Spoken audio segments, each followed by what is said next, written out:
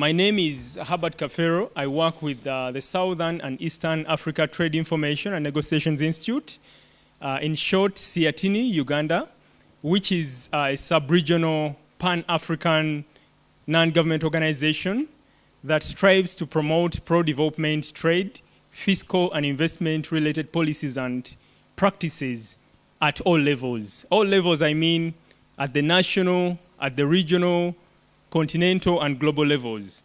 Because our work cascades up to the World Trade Organization, we also engage in numerous global processes, and we advance Africa's interests and the interests of the East African community in all those processes at all those levels. So today we have a very exciting conversation, which I request that we will listen into, but we should also engage and make our voices heard in this process, because when we talk about the conversation that we are yet to have, conversation around the African Continental Free Trade Area, it's against the backdrop that we have low intra-Africa trade, but also low intra-ESC trade. So the AfCFTA, a flagship project of the African Union under Agenda 2063, the Africa we want, is one that has potential to change things, to turn things around for the better. And that potential can only be realized when we, the stakeholders, we, the MSMEs, the private sector, civil society organizations, the youth, the women, make our voices and interests heard in this process and engage to the end that we shape how negotiations go and how the actual implementation will be. There is some progress that has been made in terms of protocols. A number of them have been adopted. And the experts will delve deep into that. I don't want to preempt anything. But to speak to our topic, the topic for this session is from paper to action.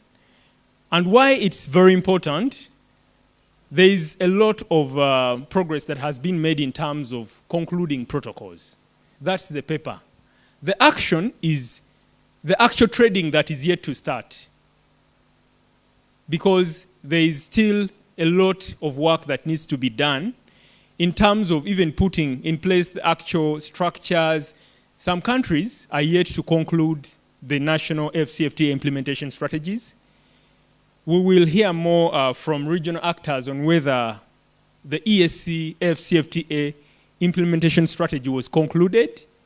We will also learn more about what the private sector has to say, because we cannot start trading when the private sector is not fully aware of how to go about trading under the AfCFTA. So that and more will be shared by the different experts that we have. Allow me to introduce our panelists, and as I introduce them, I will invite them to take the front seats.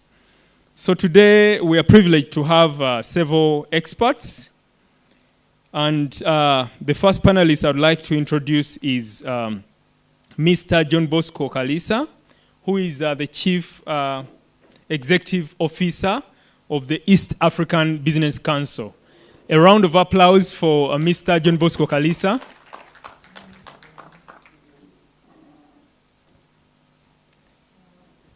You're welcome, sir. We are glad to have you. Allow me to also invite Honorable George Odong, who is a member of the East African Legislative Assembly. And as we talk about the AfCFTA, Honorable George Odong will put into perspective issues at the regional level. A better round of applause for him. You're welcome, Honorable George Odong. The next panelist I would like to invite is Mr. Nelson Ruhiza, Manager for Trade, Stanbic Bank, Tanzania. A round of applause for him as he comes to the front. You're welcome, sir. And lastly, I would like to invite Ms. Jane Nalunga, the Executive Director of Southern and Eastern Africa Trade Information and Negotiations Institute, SEATINI Uganda. You're welcome. A better round of applause. Thank you so much. Thank you so much. So today, the conversation that we're going to have is one that touches our hearts and our survival, both as the ESC and Africa at large, because we are not trading among ourselves. And so this conversation is very important. And from the introduction that I gave, that the AfCFTA is a flagship project of the African Union under Agenda 2063, the Africa we want. So as we share and discuss all that we have to discuss, let's discuss knowing this is our thing. As women, as youth, as MSMEs, as the private sector, as CSOs that represent a number of constituencies, this is indeed our thing. And this session seeks to examine the current state of play of the AfCFTA and readiness of ESC members to trade under the AfCFTA. From what I earlier shared, I emphasized that a number of structures are required to be put in place at the respective ESC country level. And from what the experts will share, they will make assessment of that, how far we've gone into putting in place the structures that need to be put in place in order to build towards trading under the AfCFTA. We will also hear from Ms. Jen Nalunga, who will share, as part of her remarks, who will share CSO perspectives on the AfCFTA implementation and negotiations and how we can unlock the potential of the AfCFTA. We will also hear from Mr. John Bosco Kalisa, who will share private sector perspectives around the AfCFTA, whether the private sector is fully aware and is engaging in the negotiations and in the implementation, which is the Guided Trade Initiative Phase 1, but also Phase 2, and a lot more as regards private sector competitiveness and engagement. We will also hear from Honorable Jojo Dong, who will share regional perspectives, broadly regional perspectives. And so collectively, we will chart a way forward. The panelists will contribute to charting a way forward, but also we, the participants who are here. Thank you so much. So without further ado, I would like to invite Ms. Jen Nalunga, the Executive Director of SEATINI, to give us some remarks, but also give her contribution to this discussion. Thank you so much. Ms. Jen Nalunga.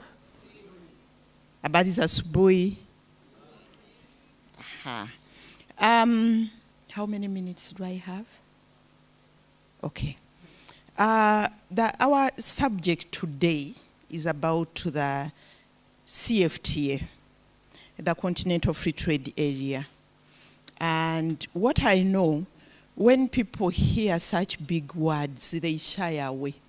But the CFTA, the Continental Free Trade Area, we are talking about buying and selling. We are talking about selling, getting an income at both household and at national level. And all of us here, we are traders in a way, aren't we? Because the CFTA also includes trading services. We are trading our services. When we sit here and we talk, we are selling our services. So we should be interested in anything that talks about trade. And that's why that CFTA is very important. The CFTA is about a continental market, a market of 54 countries. How many countries are in Africa? How many countries? 55 countries. But 54 countries have signed and ratified on the CFTA apart from Eritrea. So the potential is that there is a big market out there. The market is big. We are talking about a market of 54 countries, around so many billion people, And we should be talking about what are we selling to those markets, What are the conditions for us to be able to sell into that market, That's what we should be talking about. And all of us, as East Africans, should be interested. Because another issue about trade and all these agreements, that you are looking for a market out there, and other people are also looking at you as a market, isn't it?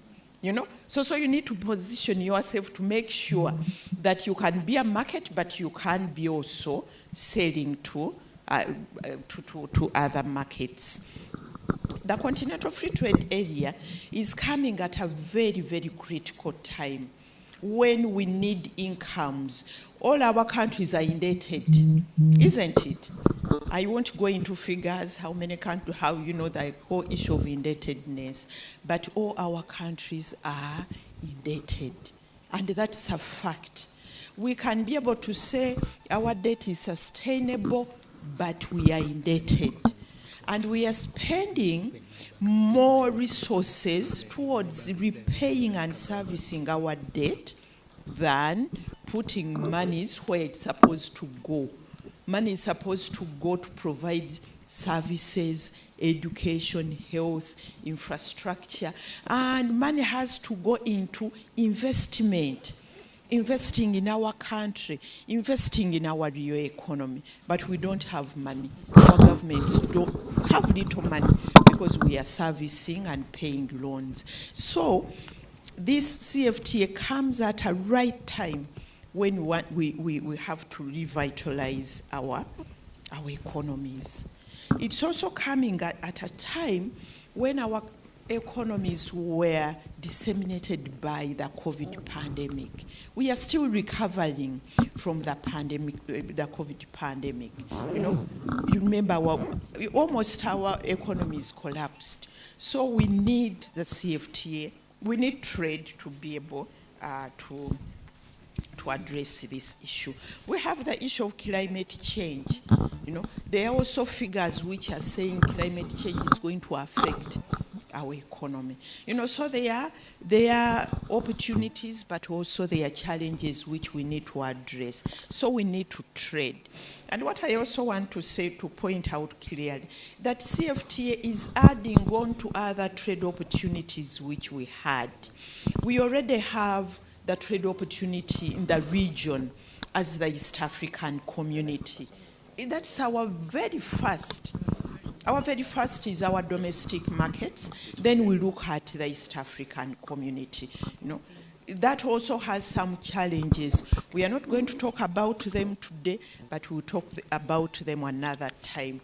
But what's really important is to be able to make sure that our trading environment is right for all of us, for our women, our cross-border women, our MSMEs, not just the big companies. And I know Mr. Kalisa will be able to talk about that.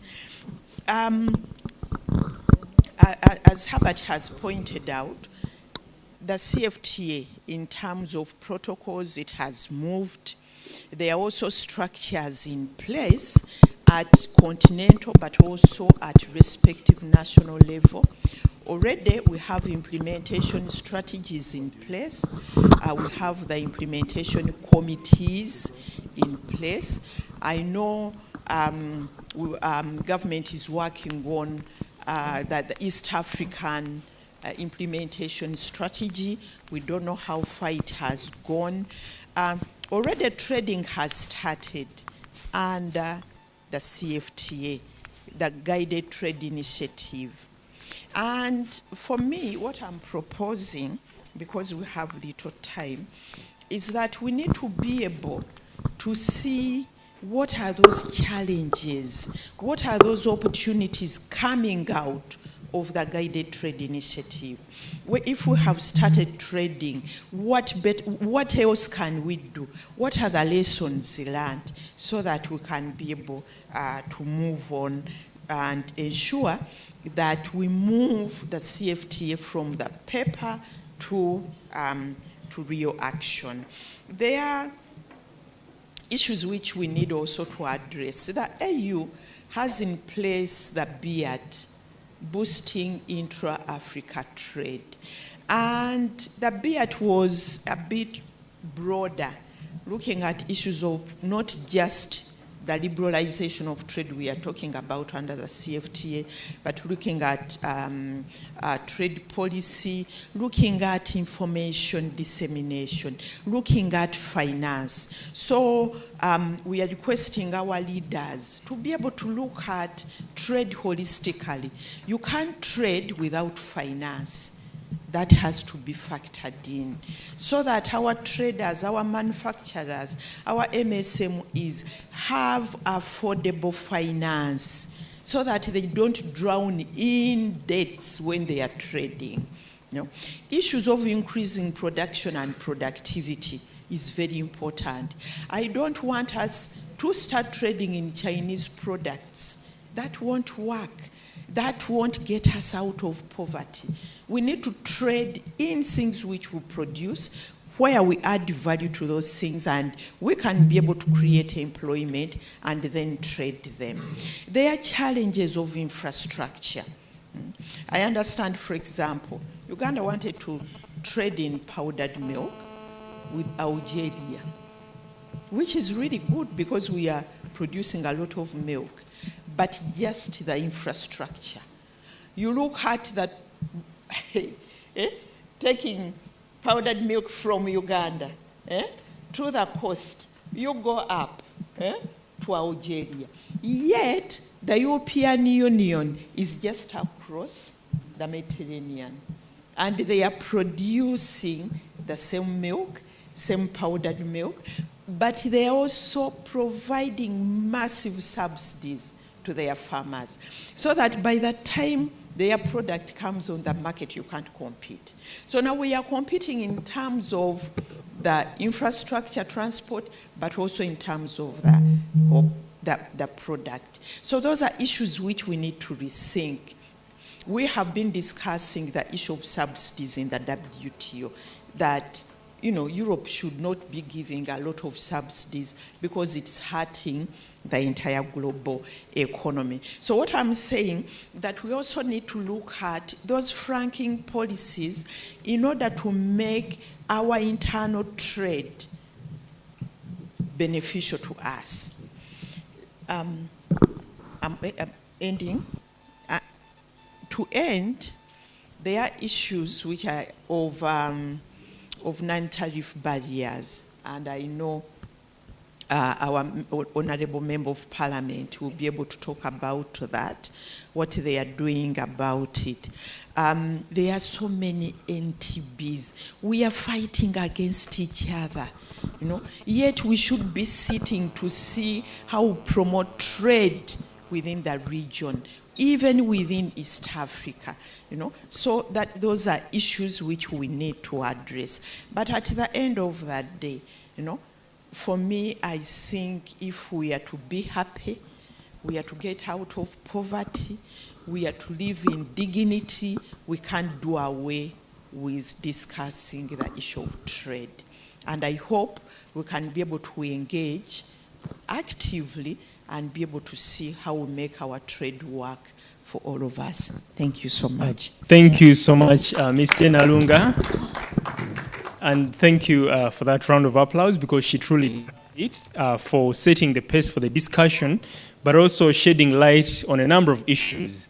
And given that time is of interest, I will not regurgitate really so much of what has been shared, but just to emphasize from what Ms. Denalunga has shared, we can indeed trade our over, and we cannot ignore trade because it's very important for our survival economies. And in terms of what the private sector is able to do, I will invite Mr. John Bosco Kalisa to share with us the private sector experience around the AfCFTA, but also given that there was phase 1 of the guided trade initiative, was the private sector part of it?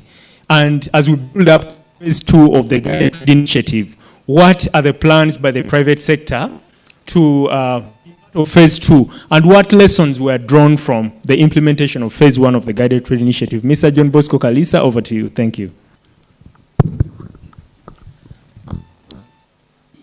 Good morning.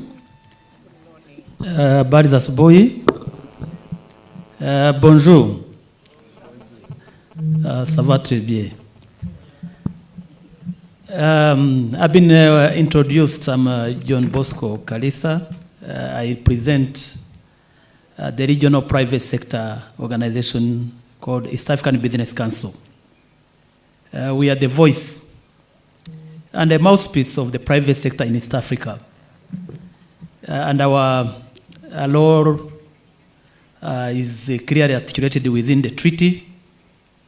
When you look at the treaty, Article 125 to 129, it does provide for private sector to engage in integration matter.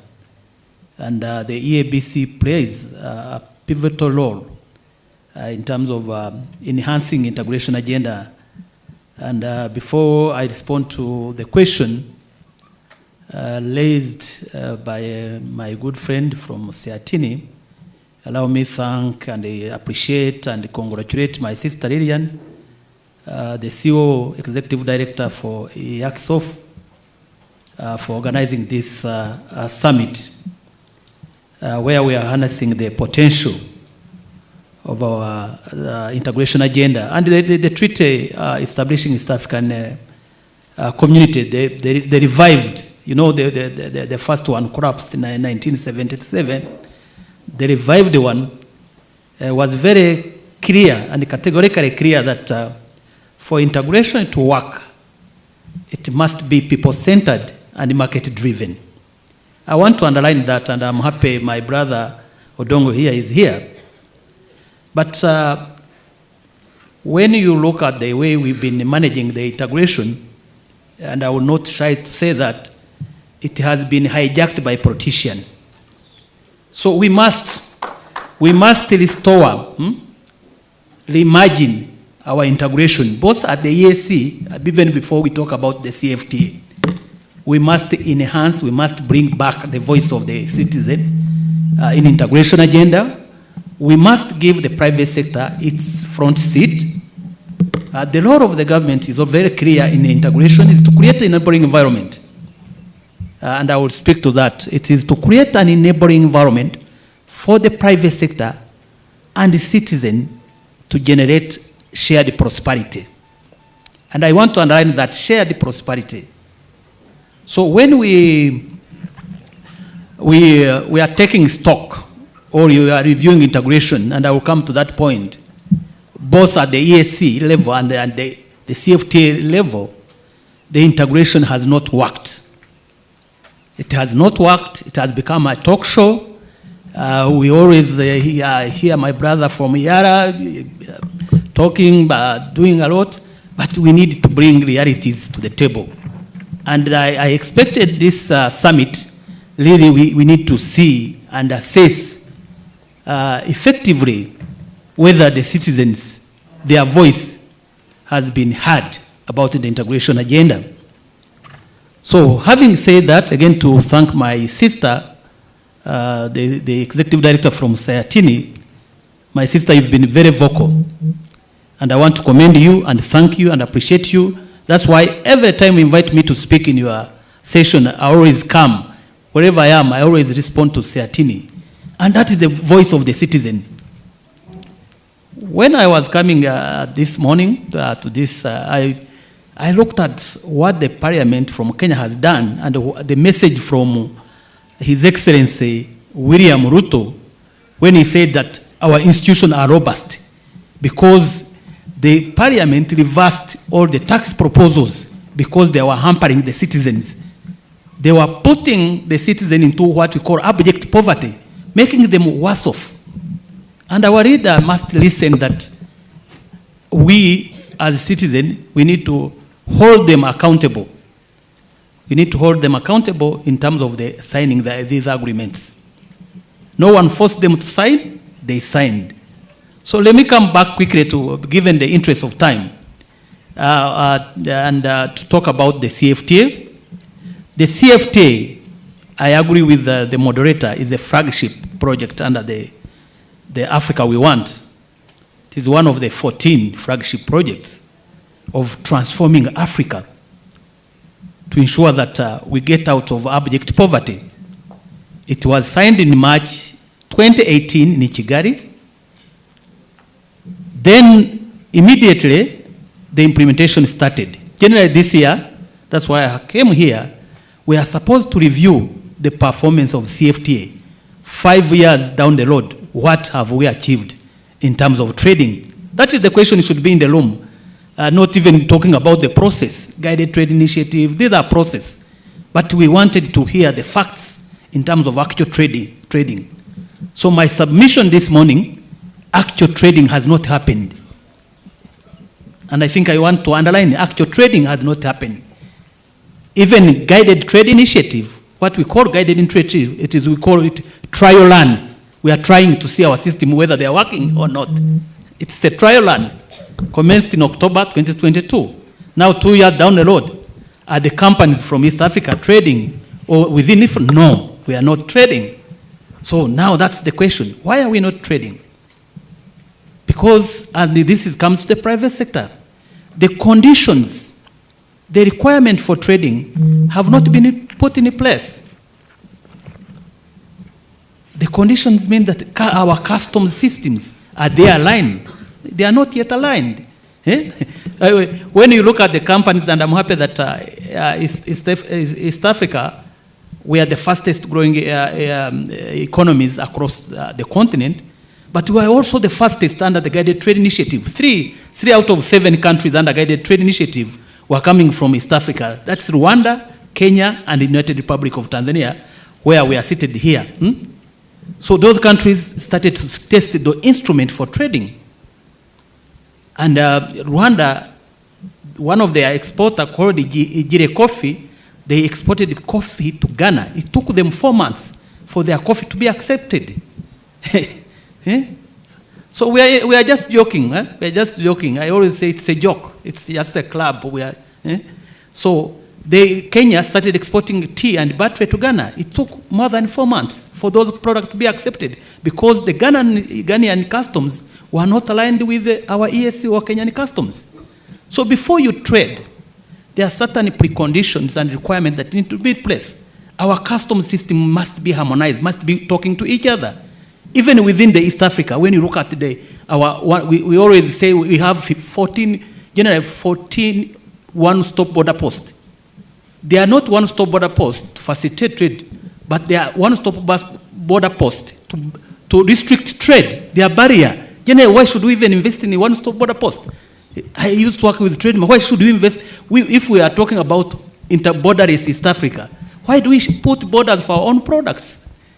The women from here, Arusha, they cannot take their fresh produce to Kenya just because you go to Namanga, just here, 1 hour and a half, you'll find 200 trucks because they cannot be cleared by Kenyan customs. Or they cannot be cleared by Tanzania customs. So we are creating more barrier for our own goods. And I think this is the message as East African we've been advocating for. We need borderless East Africa for trade and investment. We need borderless Africa if the CFTA is good to realize its dream, its aspiration as a flagship project for Africa. It's not about infrastructure, but it's about mindset. We need to align, government, private sector need to work together, and civil society need to work together and say, this is working and this is not working. So having said that, I think I've given the background. Let me give you a quick insight. And these are studies EABC, World Bank, UNECA have conducted. And they always, in those studies, we always give what we call caveats. They say that when the CFTA, African countries, so far, 54 out of 55 have signed the agreement, 47 have ratified. And I wanted to make a correction to my sister. Only 47 have ratified. 8 have not ratified. Within our East African community, it's only South Sudan that have not ratified. But other countries have ratified the agreement. Meaning ratification, we can start trading. So with that, you see that ratification is almost 87%. That's a very good pace. That is an acceleration. Generally, last year it was called acceleration of the CFTA. The speed we are moving is really impressive, and that has been demonstrated by the political will. Our leaders are very committed to the agreement. And when you look at the guided trade initiative, as you mentioned, come June this month, now 3 other EAC countries have joined the guided trade initiative. That is Uganda, Democratic Republic of Congo, and Burundi. We are now 6 under guided trade initiative. When it was initiated, we were only 3 from East Africa, but now 6. So there is a strong appetite and interest and demand for our countries to trade. And that is very critical, and I wanted to underline that because now look at the guided trade initiative, look at the ratification for all our countries, and look at the instrument. And also, as the EAC and the EABC, we have a strategy, our engagement strategy, what we call engagement strategy under CFTA. It has been endorsed by Council of Ministers. So the instruments on our side are ready. So that is the first starting point. Then through our analysis, we realize that this is a market of 1.3 billion population. The ESC population is currently 320 million. Now CFTA presents 1.3 billion. Combined GDP under the continent is 3.4 trillion US dollars. Generally, I was reading the statistics. It indicates if we implement it by 2050, our GDP as Africa will be 29 trillion US dollars. And through the analysis by the World Bank, if we implement it, 30 million people are going to get out of poverty, what we call abject poverty, and 68 million people are going to get out of moderate poverty. So it is an agreement that is able to have a dent, an impact on poverty reduction, and create jobs. And create jobs for our youth, for our women. Generally, this year, the dedicated protocol for women and youth has been endorsed by heads of state. Then, under the study by the World Bank, it indicates that once the agreement is implemented, it will add 450 billion US dollars to our income, to our GDP. But they also make a strong caveat. The biggest gain will come or will emanate from elimination of non-tariff barriers. 300 billion, it will be a gain if we eliminate our NTBs. And coming back to the moderator question, why intra-regional trade is 15% because of NTB. I respond to your question. No any other magic bullet unless we commit and make Africa a borderless continent. Otherwise, when we continue to build borders, we are creating more barriers, we are building more roadblocks. We are creating avenues for corruption, not for trade. Thank you. Thank you so much. A better round of applause for Mr. John Bosco Kalisa. I think he has put forward quite a number of issues that I know have tickled all of us and challenging us on the prerequisites to trade, because there are preconditions that must be met in order to trade. Signing an agreement is one thing, but also the private sector, the MSMEs, meeting those prerequisites to trade. Standards being one of them, but also other issues. And also internally organizing ourselves, harmonizing the customs procedures that have limited and curtailed trade. But also he shared on the experience from different countries that have tested guided trade initiative phase 1 that took nearly 4 months, Kenya and Rwanda, for their products to reach Ghana. That's really a long period of time. And I know as we go on to discuss, we'll be delving deep into why it took 4 months deeper. But also I'd like to call upon Honorable Jojo Dong from IALA, because the ESC as a regional economic community is recognized in the Abuja Treaty as a building block for the AfCFTA. And Honorable Jojo Dong will be putting this discussion into the ESC regional perspective, but also shedding light on the preparedness of the ESC to trade under the AfCFTA. Honorable Jojo Dong, over to you. Thank you so much.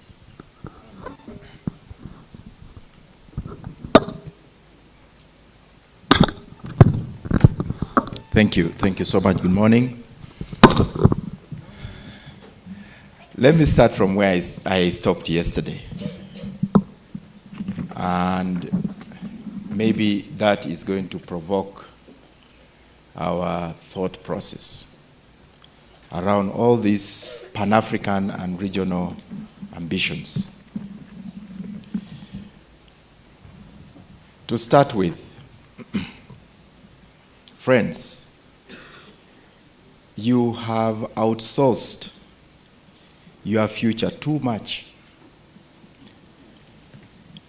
because you are trusting governments, you are trusting state institutions to deliver on that future. For that reason, we think so much and we think so highly of our governments and state institutions to the extent that we have had a very low level of citizen agency. I think as civil society organizations, you need to reclaim that space. This is where I'm starting from. You need to reclaim that space and try to activate citizen agency so that you can begin to push the boundaries of actions of our state institutions, of our governments. Because in Africa, we are notorious for having very high ambitions, and we make very loud-sounding statements that are not matched by actions. This is where I'm starting from. As the moderator stated, the Africa Continental Free Trade Area is predicated upon the success of regional economic blocks. It is using the regional economic blocks as building blocks, the RECs as building blocks. The assumption is that these regional economic blocks have achieved a certain level of integration and therefore can be leveraged by the new initiative, the Africa Continental Free Trade Area, for advancing a Pan-African trade agenda.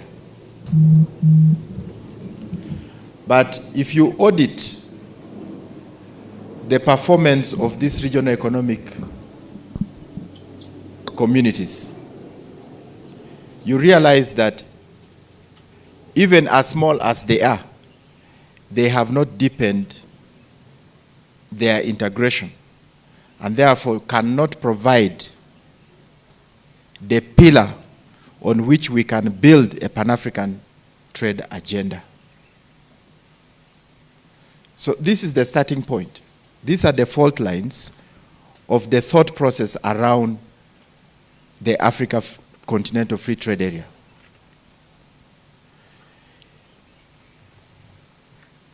I have no intentions at all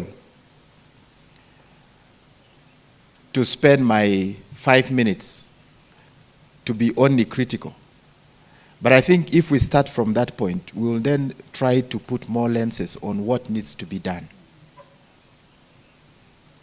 Because when you look at our, just go to all our documents, formal documents of the EAC, it starts with a celebration of how we are the best, the most integrated economic community in the whole of Africa and the fastest growing.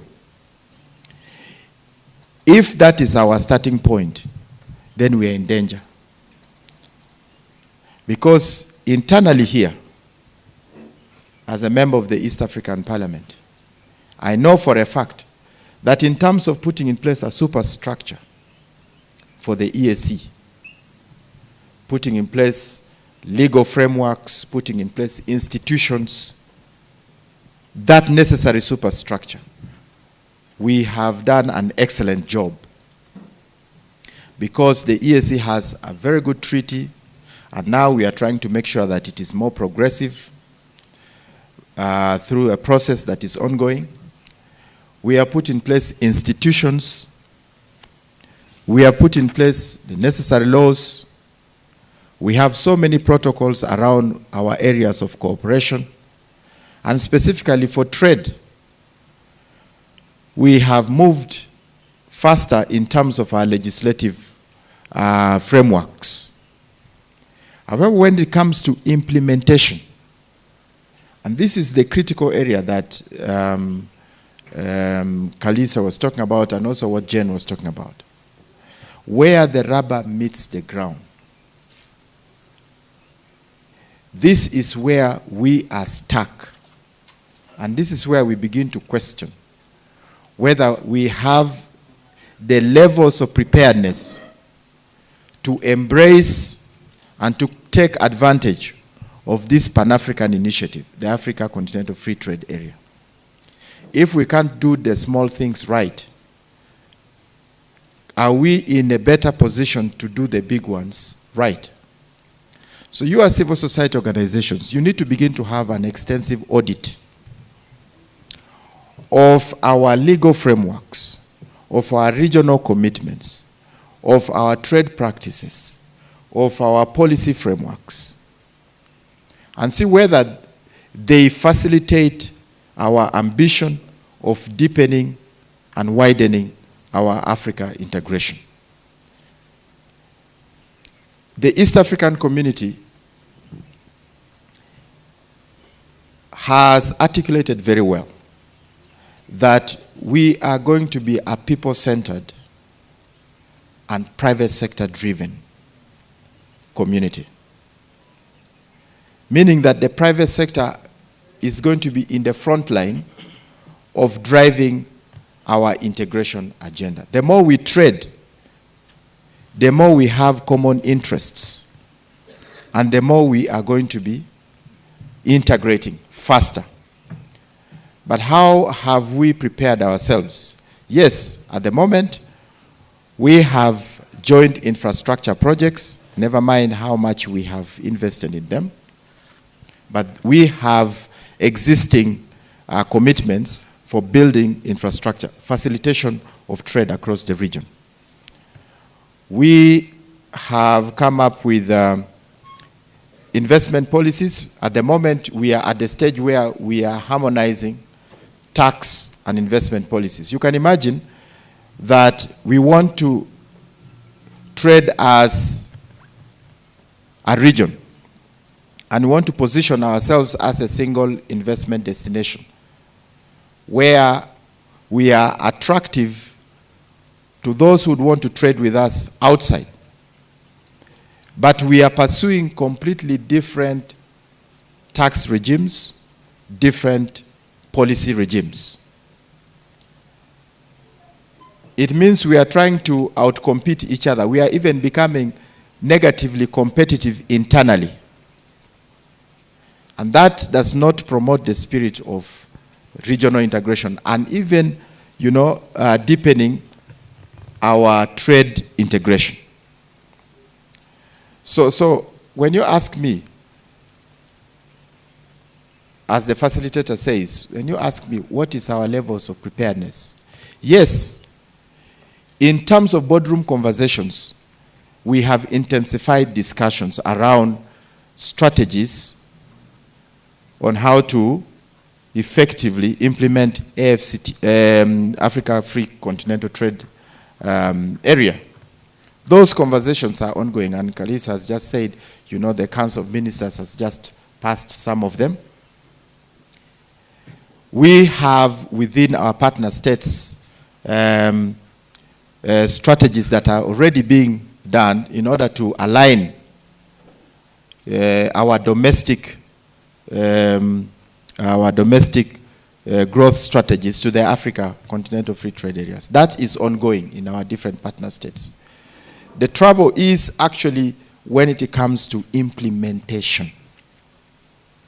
Implementation. And that's why yesterday I was asking you a rhetorical question. how many of you civil society organizations have made the East African Community Integration Agenda an election issue, so that it's the basis on which you assess the performance of everybody who wants to be elected into their office? How many of you have made it an elections issue?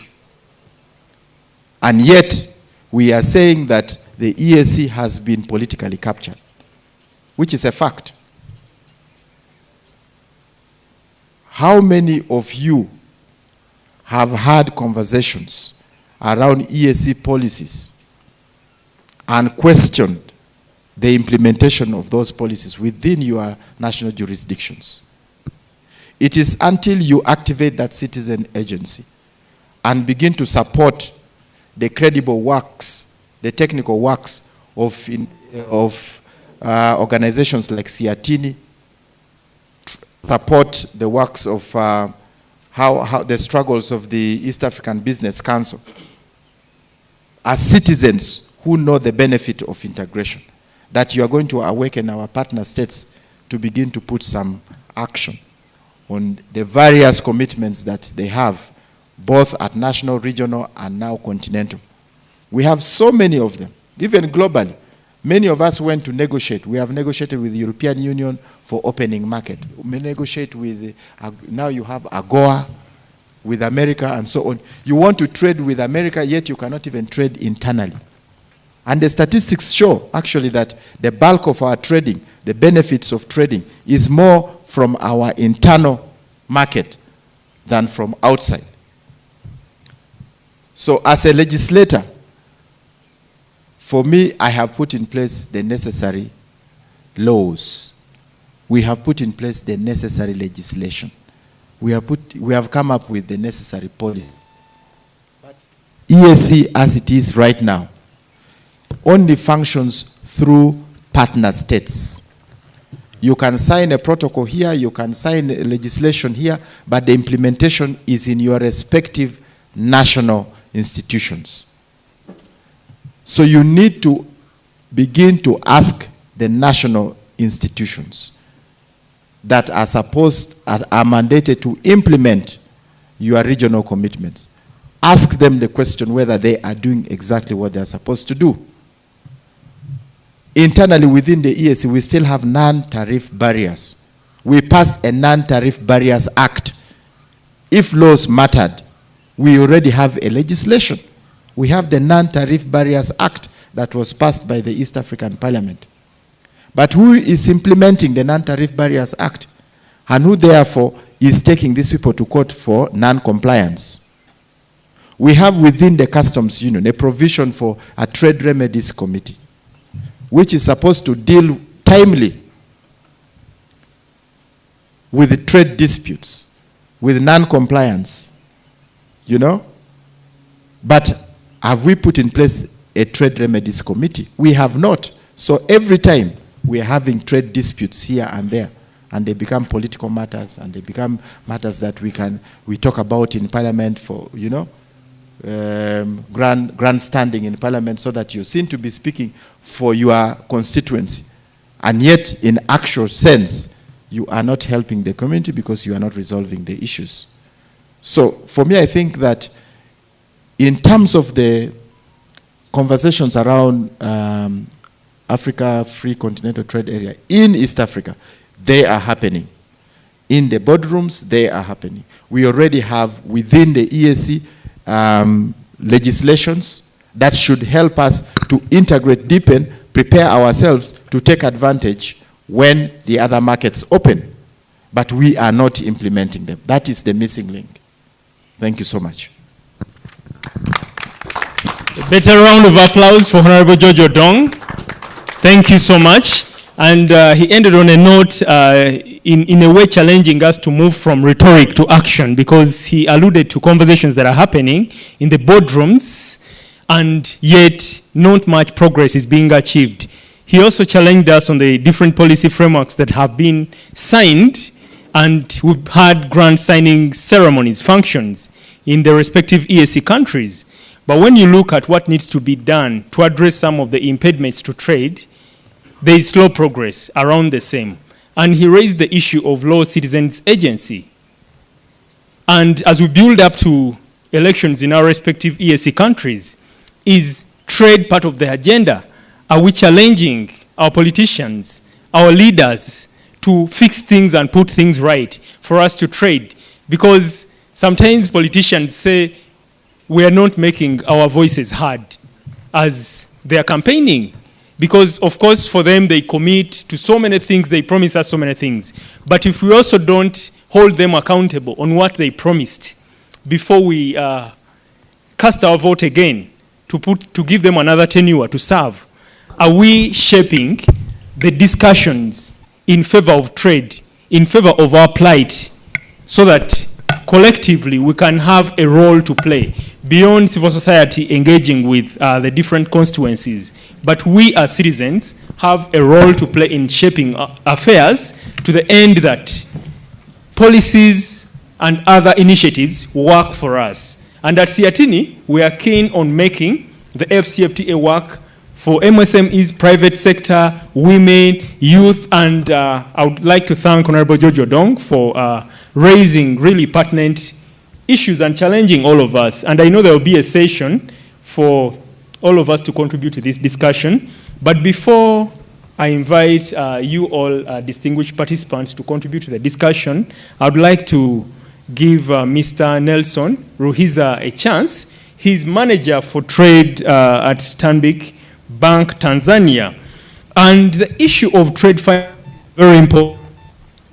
And where he sits as the manager for trade, we would like to hear from him on how the Stanbic Bank Tanzania is facilitating MSMEs, but also the private sector to trade, and how Stanbic Bank Tanzania is involved in engaging discussions around the but also intra-EAC trade.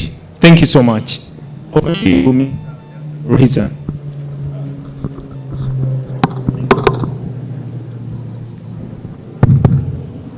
Thank you, the moderator. Habari za asubuhi. As you see, the way we sit, it shows that financial institution comes last, because for us to finance these SMEs, it needs issues to be sorted out, because we cannot financing things which we are not sure that they're going to be sold out, or they're not going to be have any proceed for us to be covered for the facility which we have granted. So as far as SMEs is concerned, as financial institution, we play a big role to support these SMEs, especially not only to grant the loans on bridging the working capital gap, but also to provide some trade solution, as well as to provide knowledge in financial reporting knowledge, because most of SMEs they don't have proper record keeping as far as their business is concerned. So as financial institution, we play the major role for us to support them on the day-to-day activities. As you know that from experience has shown, the most of SMEs achieve their goals on increasing economy in the country by getting the loans from financial institution. And for us to provide those facilities, we need to have, we call it backup, we need to have backfall in case of anything, but some of SMEs, the lack of securities, let's say. So it's our role now for us to see the best product which we can grant to SMEs for them to manage to bridge the gap on working capital. So if we understand we have issued loan facilities to SMEs and see that there is still NTB ongoing, and we are not sure that the traders are not getting all their trading activities well. So for us, it becomes so difficult. For us also, we don't have an appetite for that because we cannot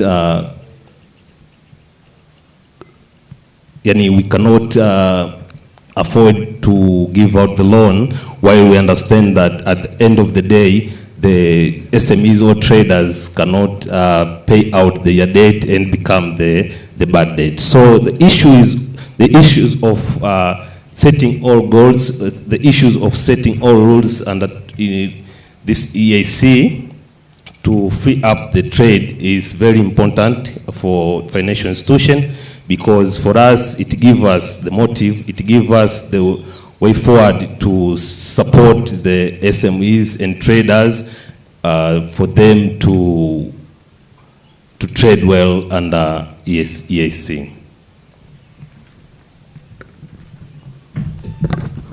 Thank you. Thank you so much, Mr. Nelson Ruhiza. He touched on risks associated with trade, and in order for them to be secure, they need those risks to get out of the way. And he hinted on the roles of different stakeholders, including policymakers, that policies have to be put right before the bank comes in. And he also alluded to where he's seated, the position where he's seated last, that they come last when everything is prepared and ready. They cannot risk financing businesses that are not fit to trade, that don't keep records. So that's where the bank sits. And given that they are a private bank, we can all understand their position, that they don't want to get into risk ventures, because anything to do with money, there is losing and winning, and they don't want to be on the losing side. But I saw Mr. John Bosco Kalisa was itching, I think, to make a response before I invite three distinguished participants to contribute to the discussion. Please allow Mr. John Bosco Kalisa to make his contribution briefly, and we can have three distinguished participants to contribute. Thank you. Thank you, moderator, and again, thanks to SEATINI for inviting Stanbic Bank and perhaps other banks in terms of looking at the export product, financial product that would fuel our exports. And our colleague from Stanbic is very, very, very right. The current banking structure in East Africa and Africa is not suitable to boost the export we want. And we've been very vocal as EABC that we need a special product that is suitable to support SMEs, women and youth, to engage in the CFTA. So we need a different financial architecture that is really that would really enable and propel the growth of our SMEs to engage into the CFTA. I'm happy last year in March, AfCFTA Bank has launched what they call Adjustment Fund in Kigali, Rwanda. It's a $10 billion fund. It has export credit. It has what they call base fund. It has a compensation fund for the loss of revenue to the government.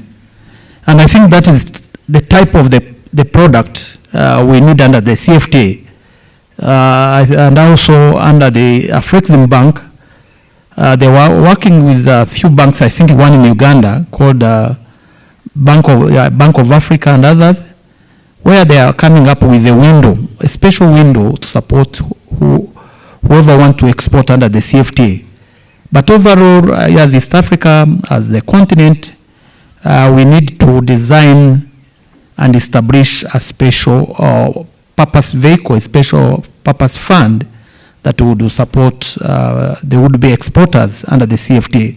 Otherwise, the current financial structure in our region is not suitable.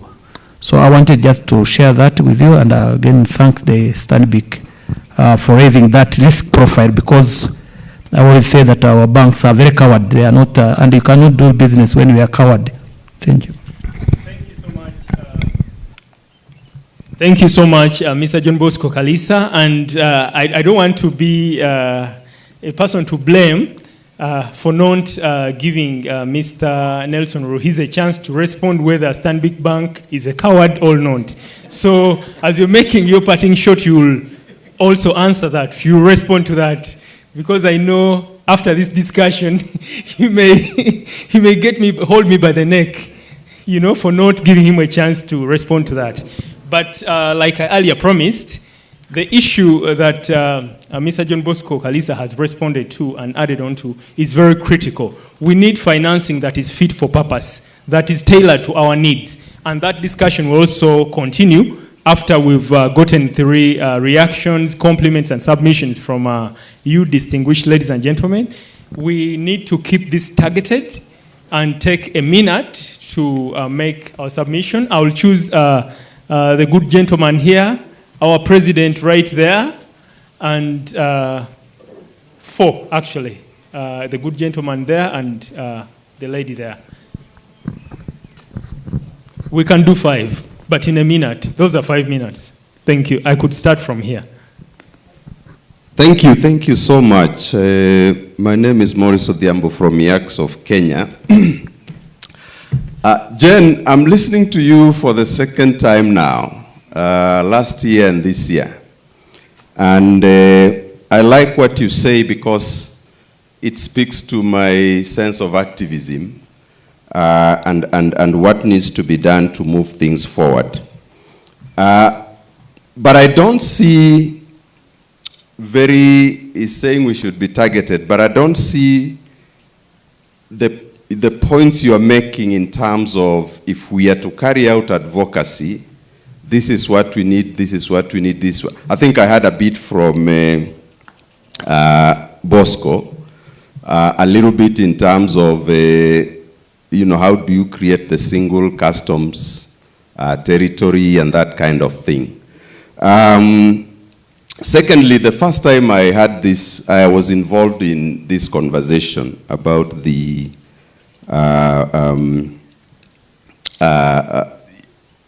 we had lectures from United Nations Economic Commission for Africa. And they were talking about these figures you're talking about. And everywhere they went, they were talking about those figures, which kind of raises questions about this market we are talking about. Whose market is it? We say the production is very low, and when you ask that question, so where is the production capacity going to come from to serve this market that everybody is talking about? So you don't hear that. There's very little mention of that. Africa's contribution to global trade is almost nil, at around 3%.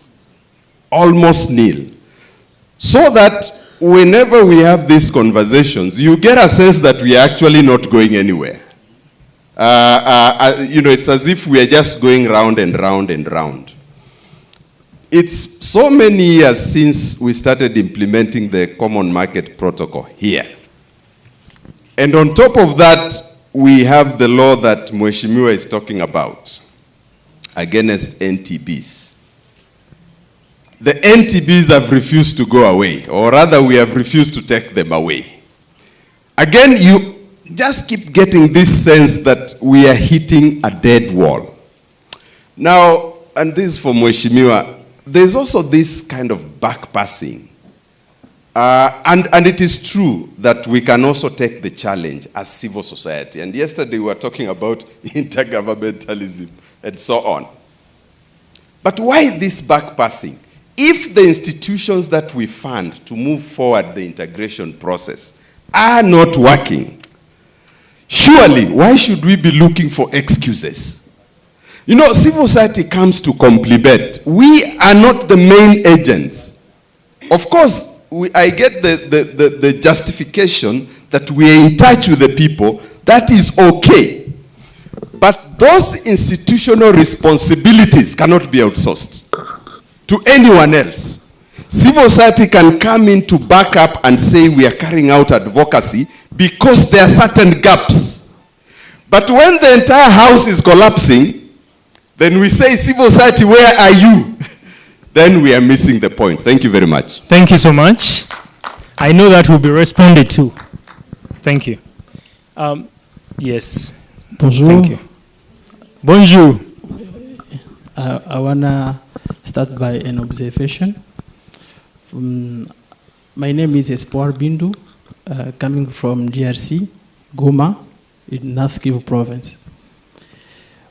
I want to know, why do we not consider our regional language like Kiswahili? We know that Kiswahili is the language of East Africa community. But here, we consider more speaking in English, without consider that in East Africa community, there is also DRC who speak French, Burundi speaks French. I think that next time, we have to consider that in many discussions, so that to be. Thank you. Yeah. Thank you. So, Madam, free trade is very, very good strategy for Africa developing economy. This is my French, is my English, my DRC is English. I think that you may understand me. Free trade is good to end poverty, to promote economy in our countries. It's very good, but there is many challenge. There's many challenge like integration. How may we expect that and hope that we are going to improve our life without integration? Last week I was in Kenya on Friday, and when I approached someone, I greet someone in the restaurant. He didn't want to approach me and to be warm with me, because he said that, maybe are you Nigerian? When we came from Nairobi on Sunday to here in Arusha, we were with a lady, a Kenyan. She wanted to cross the border, and I don't know if their migration service, they told to her that you are not allowed to cross the border because you don't have an idea to. But huyo dada alikuwa na idea yake, alijua kama hii ninavuka nayo kila siku. That is a problem. Another problem is, just briefly, my brother, I came from DRC. I paid my flight to be here. Yesterday, apologies, he was sir. Here, he was waiting so that this time came, so that to discuss. Apologies. Thank you. My question for both of you, which is your recommendation to our countries so that to facilitate free trade? If we may consider the conflict between our countries in East Africa community. Rwanda is not good with DRC. Burundi is not good with, this is my poor English. Burundian is not good with Rwandan. Maybe when Congolese want to travel in another country, they are not confident because the attitude of our politicians is in conflict. So I want to know what is the role of civilian society, and you can mnaweza kushauria nini viongozi wetu kwa ajili ya kuweza kutia uhusiano kati ya raia sababu ni wao wanaacha raia hawaaminiani au kwa wao.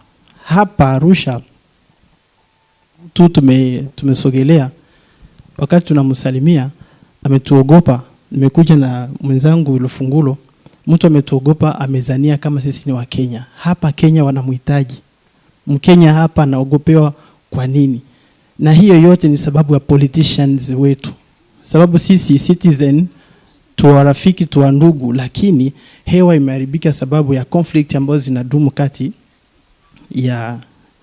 ya viongozi wetu. Kwa mwisho, finally, we cannot hatuwezi kutumainia free trade kama itakuwa vizuri kama hakuna free movement of people na kama hakuna security.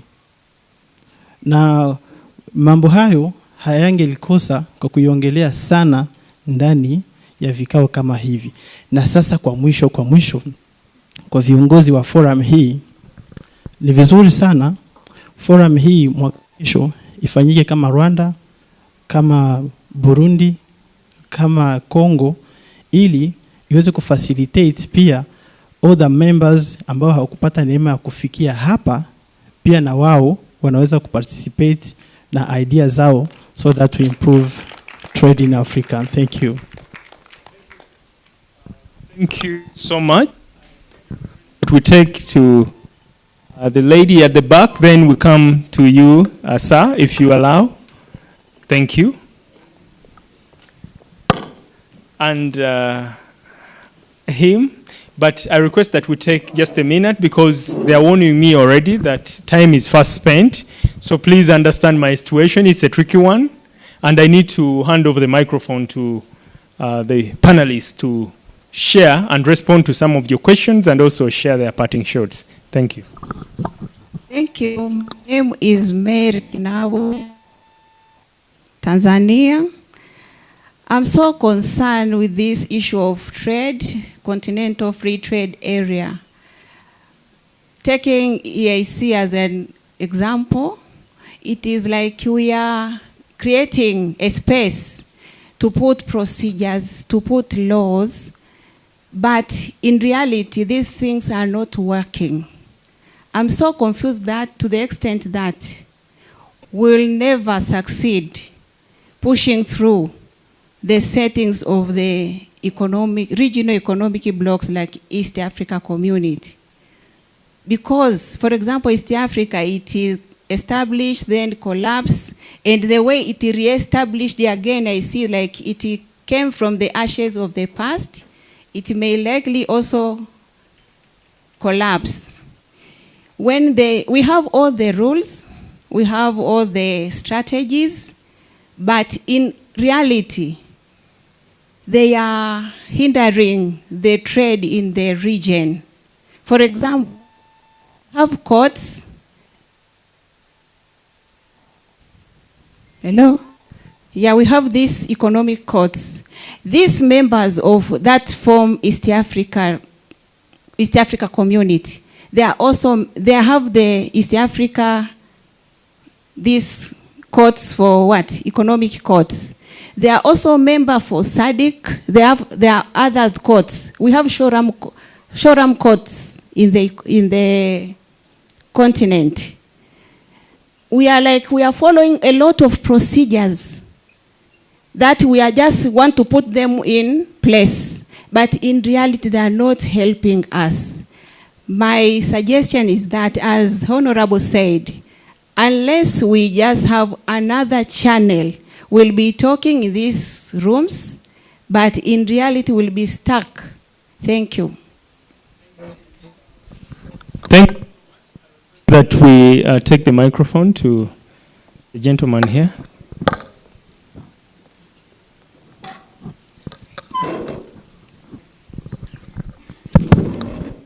Thank you, moderator, and I want to thank the panel, and of course recognize my ED, Mr. John Bosco Karisa, Moses Kanyesije, and I come from East Africa. And I work at EABC as coordinator for SMEs, youth and women. My question is for the gentleman from Stanbic Bank. Since I coordinate SMEs and they are interested, what are those special packages that you give to SMEs that are interested in value addition, interested in exports, but also that attract less collateral securities and etc., so that I can visit you and get those packages for SMEs. Then second, I think for me is a recommendation that we can get from this panel is that in this conference, workshops and training that need to increase trade through CFTA, we need the face of a country. The face of a country is when you're crossing a border, there are those immigrations. The first interface is an immigration. The immigration is that person who allows you to enter into a country. I think we need to do training on these immigration officers, customs officers. Believe me, they don't know much about this Continental. They know about HS code, how much to charge you, how long are you here, what brings you to Uganda, to Kenya, to South Sudan. They don't know that even integration you are supposed to have 6 months. So let's first equip information with these immigrations and customs. I think it can also reduce on NTBs. Thank you. Thank you so much. Lastly, we hand the microphone to the panelists. Thank you. Thank you very much. I know time is in our side. I would like to request that next time I'll do my best with my team in the level secretariat. There are certain sessions. Time should not force us not to speak to the reality. Just I want to make that comment. One, I would like to speak. I want to speak from one background. I'm a capitalist. And trade is really about capitalism. I'm one of the person, if you wake up in the morning, before I pick up my phone and put my pocket, the first thing is money must be in my pocket. Because I believe my blood is money. So I don't believe on prayer and anything. People who believe on faith, you pray after when I got the money in my pocket. So I just want to start with that. And I want to refer this to the young population of East African community. Listen, Maurice, you have spoken to what I'm supposed to pick up, but I want to give recommendations. One, John Bosco, an immediate action. I'm not fan of these talks so that we talk too much. Can we have EAC ambassador for trade? And should be one of the recommendations that we should pick up from here. And we should name one Tanzanian to be the champion for that. Immediately, without any, beating around the bush. Let's have an ambassador. That can bring to us all the migration officers as they speak.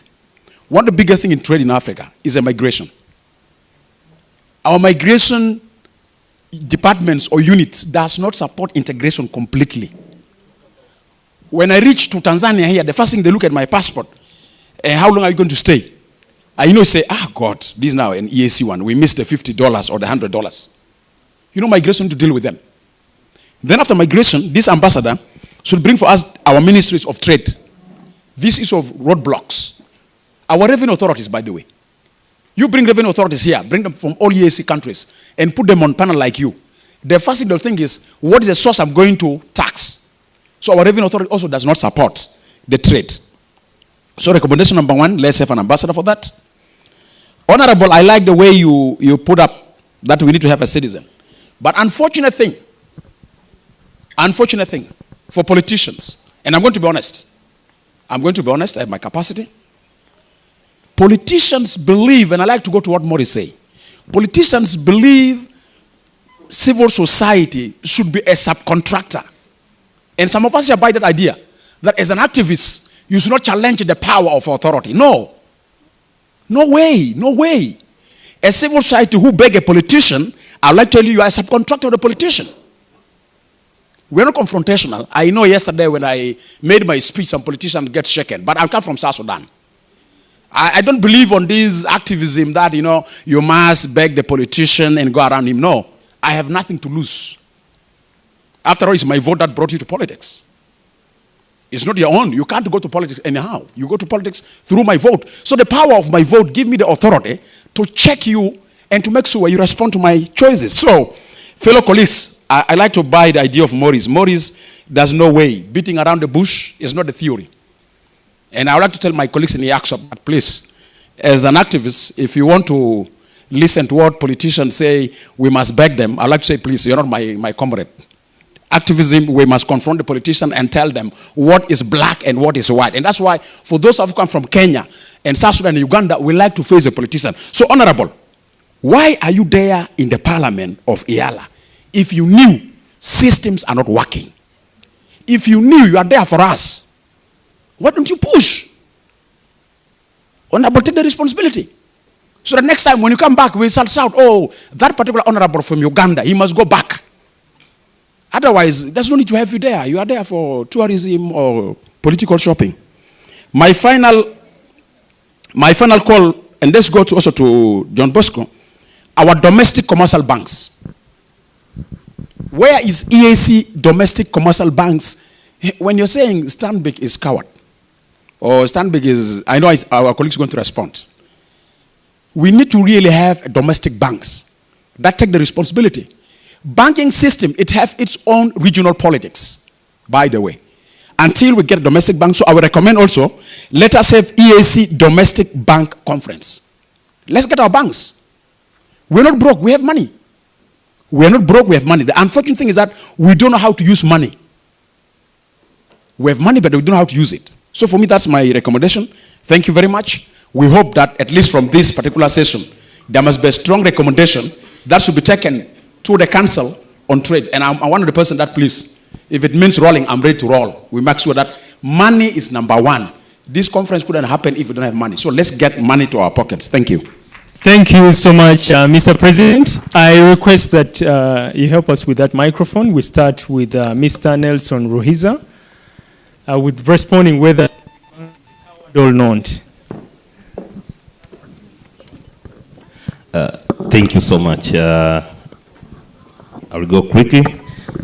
As a financial institution, we should be aggressive by providing financial solution to SMEs and also to have a link with East Africa community, because when we have this link, we could have the portal which can support the SMEs to understand, and also commercial bank to understand the way of trading and which document should traders submit and how they can present to bank, and having facilities in terms of loans and other support. For Stanbic, we have specific department which known as incubator. This department deals with women and SMEs as well as traders. So this is for not only for our client, even non-client. So we support them, we upskill them, we share the knowledge, we finding the market to them and upgrade the trading and supporting financials as well. So for Stanbic, I can say we have that program, and we have several programs which we support SMEs, women, as well as traders. You can visit us and we connect you and have that program. Thank you. Thank you so much, Mr. Ruhiza. Please do that, because we are in the discussion.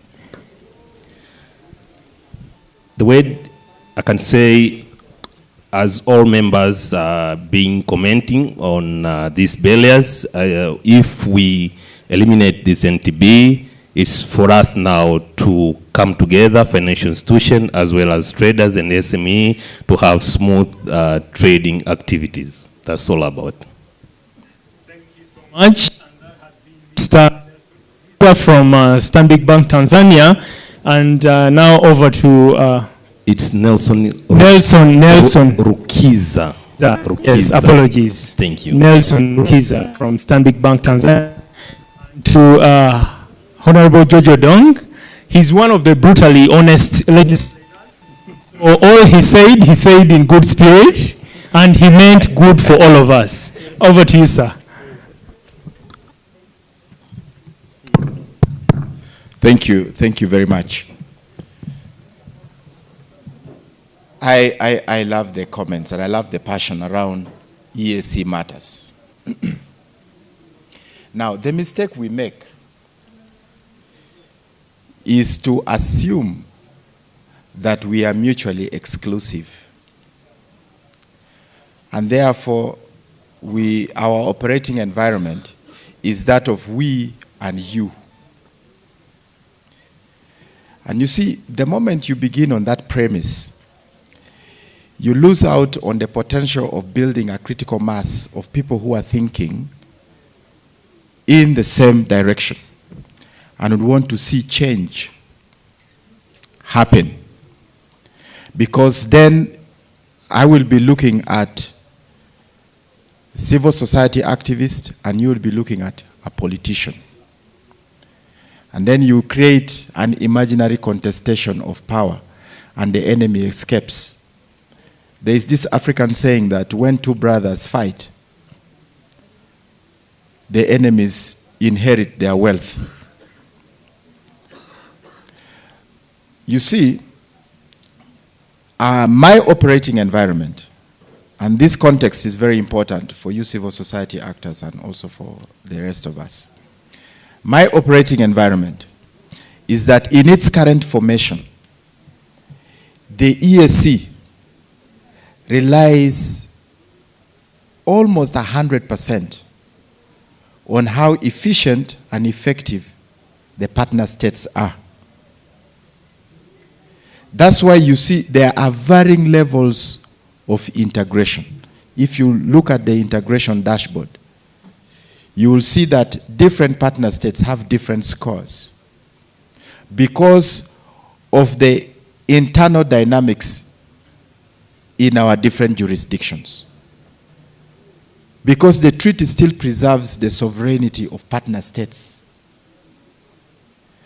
So it relies largely, all our regional commitments rely largely on the effectiveness of our states. So that's why you'll find that on a certain pillar of integration, you see Rwanda has 90%, and then you have Burundi maybe has 60%, then you have another one has 30%. The variance is a result of the internal institutions. So what is my call? And this is where I am coming from. I am not trying to pass the buck. I'm simply saying, I want to hear your voices amplified as CSOs of East Africa on a matter that concerns East African citizens. This year, we are reminded, we'll be celebrating 25 years of the EAC since its birth in 1999.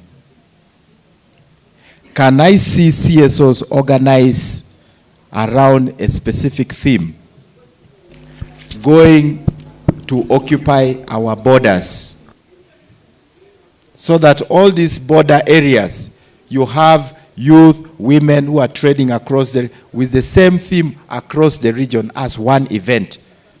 And you have capacities to stream it live across the whole of East Africa, demanding for what you feel governments, institutions should be doing. In this way, you'll be raising the profile of the issues that you want to be done by these institutions. All over the world, governments work under pressure. So I am asking for that minimum anger from the East African citizens, positive anger from the East African citizens, demanding for what is rightfully theirs.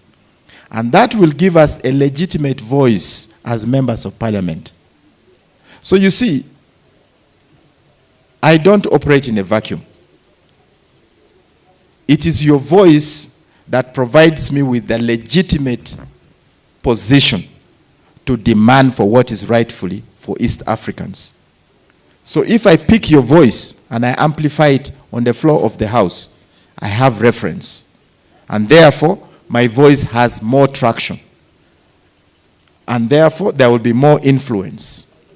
But if I'm speaking, and the political actors and those who occupy these institutions do not see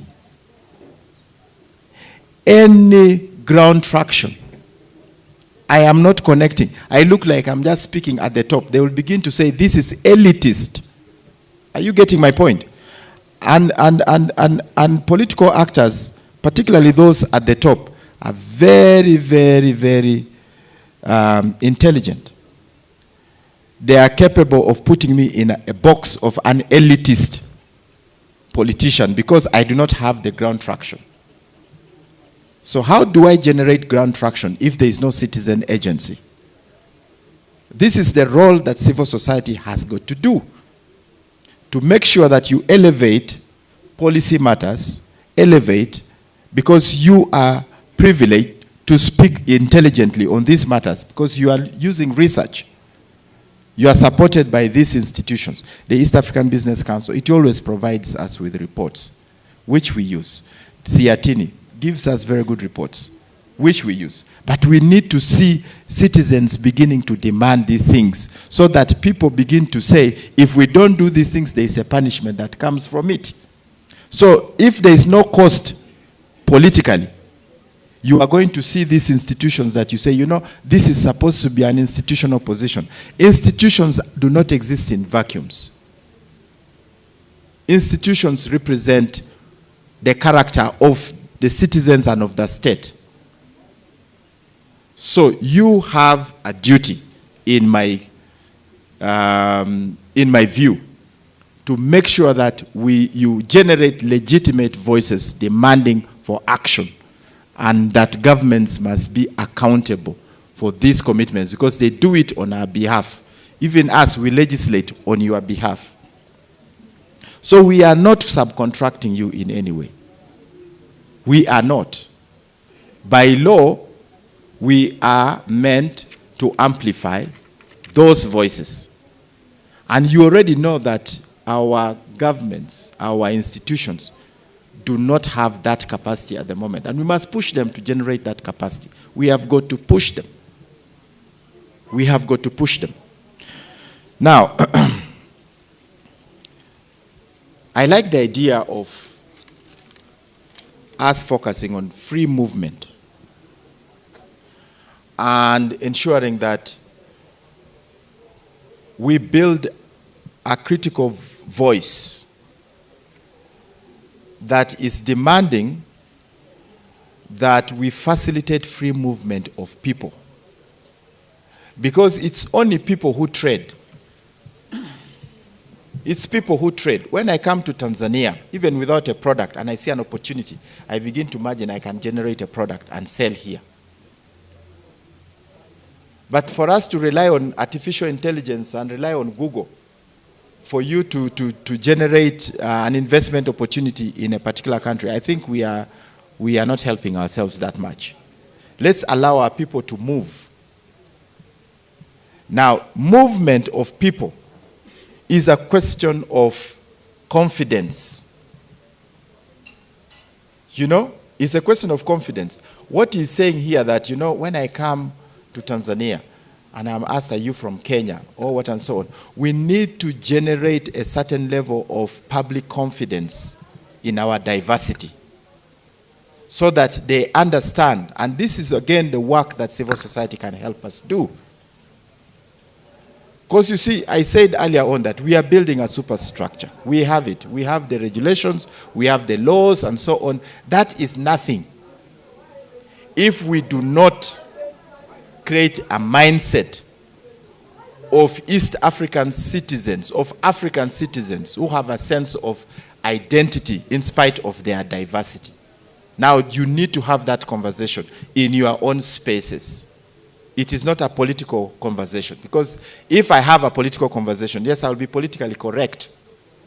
But if you who are down on the ground have these conversations, they are more legitimate. They deal with our fears. And therefore, you give people the confidence. So let's create that confidence in our people to move and embrace our diversity. And that is going to help us with our integration. That's going to help us with our trade. Asante. Thank you so much, Honorable Jojo Dong. And he deserves a better round of applause. As the moderator, I am convinced I have no further questions. Thank you, Honorable Jojo Dong. Over to you, Mr. John Bosco Kalisa, the CEO of East Council. Yeah, thank you very much. First of all, also to echo and commend Honorable Odongo. He's one of the vocal people really, who is not here because of the paycheck, but who always speaks about the integration through his honest opinion. So I don't think it's because of the politics, but really he's very passionate about the integration. I wanted to again reiterate my earlier point. The treaty, it is properly crafted. And again, even I was thinking there is no need to review the treaty because the pillars are very clear. People-centered, market-driven integration. The people and the private sector must be at the forefront of our integration agenda. And the question, we've been saying, no, we don't see private sector, we don't see civil society, so we need to reclaim our position. And that is what my brother here, Honorable, is saying. How do we do it? And I always challenge my counterparts. How many times do we go to our borders and see the young men, what they are going through? EABC, we do it every quarter. We go to all our borders and we make a report, we make noise, and we provide reports to the IADA, we provide a report to the Council of Ministers. Last week, we submitted a paper on pre-budget, the impact of budget. And I was expecting, I was in South Africa, there should be an EAC citizens' view on budget. How these measures introduced by the policymakers are going to impact on your welfare. The integration should be welfare enhancing. As I mentioned, it should be prosperity. So we need to evaluate, audit our integration based on prosperity. Have we improved our living standards? So I don't think, really, I don't expect, and I don't blame politicians, but it is, I think we need to blame ourselves. We need to blame ourselves to see how best we can engage. And I think this type of forum is very, very important. This kind of discussion, and I want to thank the participant from DRC who said, no, I paid my ticket, you must give value for your money. And I was waiting for this session where I can raise the issue of movement of persons. Generally, during the signing of the CFTA in Kigali in 2018, the protocol under free movement of persons was signed by 32 countries, but only four have ratified. So it's a lot of civil society to say, why others are not ratifying this protocol? If we don't make noise about it, and goods don't move alone, goods move with people, with business people. So we need really to work together and raise our voice to dismantle these barriers. My colleague Moses mentioned about reforming migration. It's not about reforming migration alone.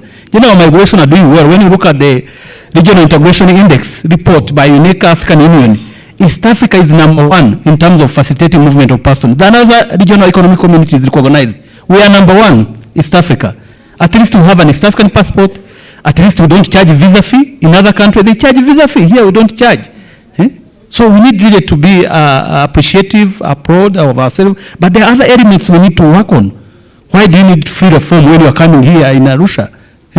This is a very backward stance. In other countries, go to Rwanda, you don't need a form. They just, or Kenya, you don't need it free reform. You just enter. Your passport, it is country you enter because you are in East Africa. So I think our role as a AfCFTA, EABC, SEATINI, we need to work together to address and reform our trade facilitation agencies, not only migration, customs, standards bureau, all agencies working at the border, because these are avenues for corruption. They are not helping trade, they are hindering trade. So that is my submission. We need to work together. We need to reclaim our position, take a leading role. The government has provided an enabling environment. Let's use it to raise our voice, to work together. Asanteni sana.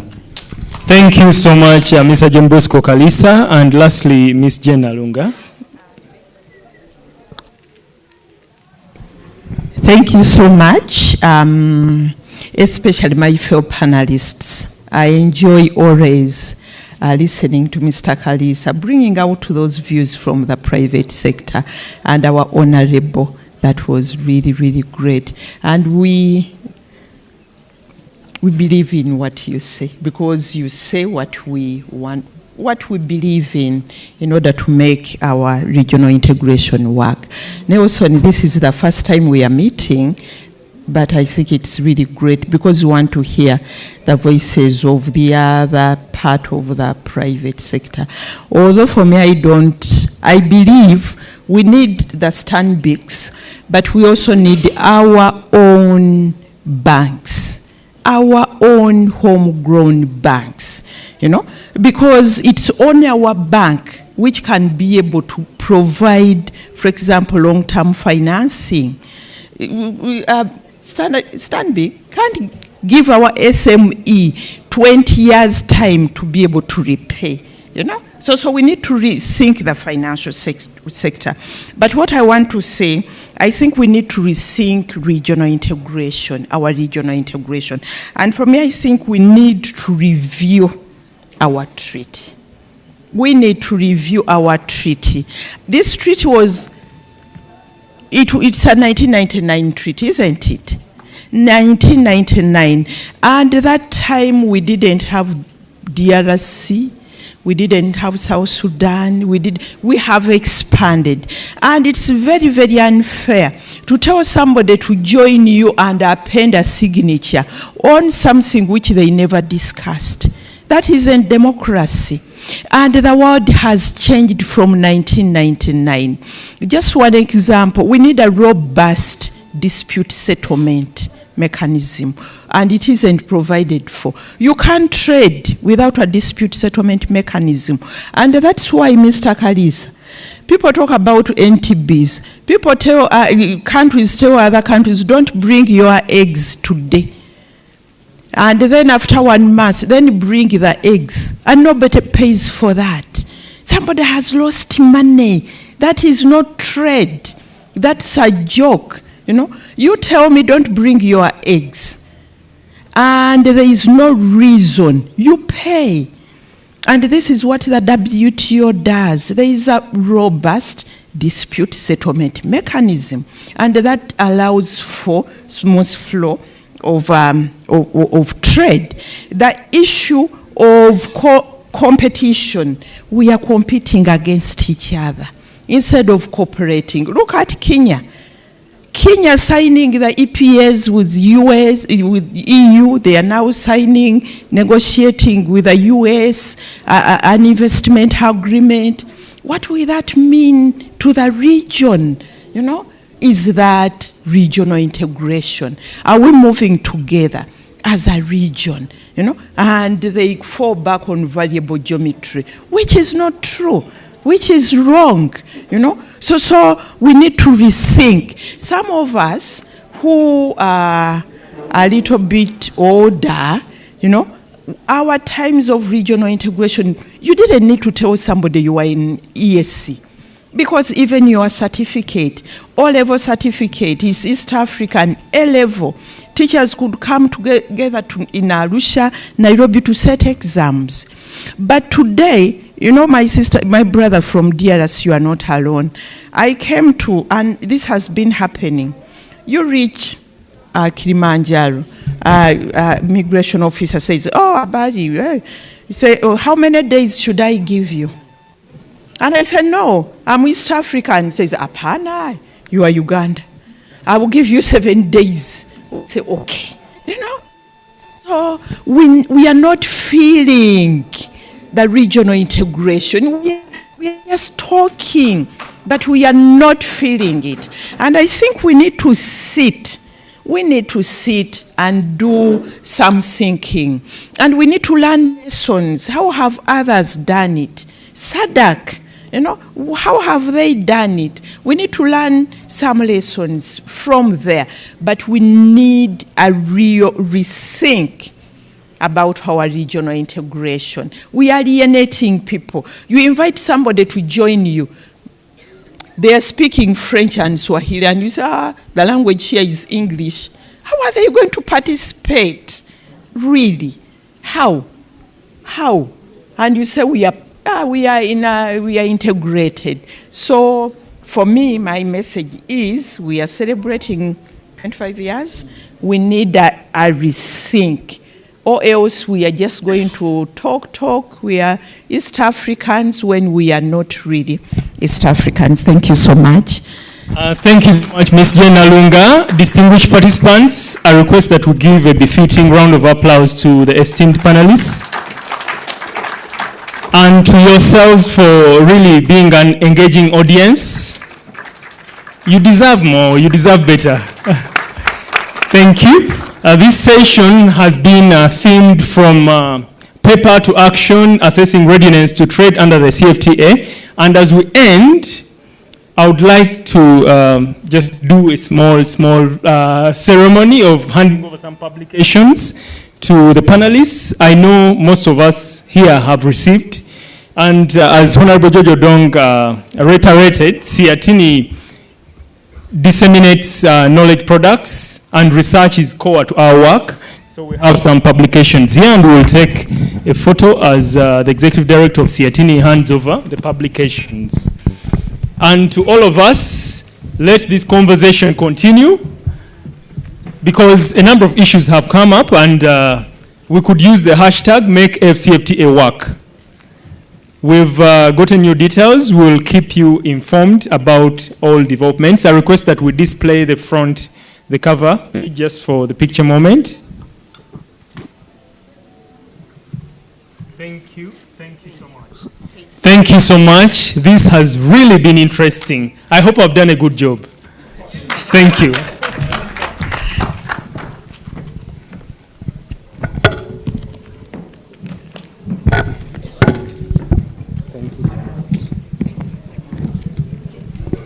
Another huge round of applause for our moderator. He has really done a great work here. And I must say, this is among the most vibrant discussions that we have had during this summit. And I understand that you still have comments to share. And I would urge you to keep networking and keep the conversation going. Thank you very much to all the panelists that participated in this particular session. And with the interest of time, I would now like to invite you for a short tea break. Let's take our tea and come back to the room immediately. As you step out, walk to your right, and there are tables just behind here. Let's just pick our tea and come back to the room quickly for the interest of time, so that we also go through the other sessions.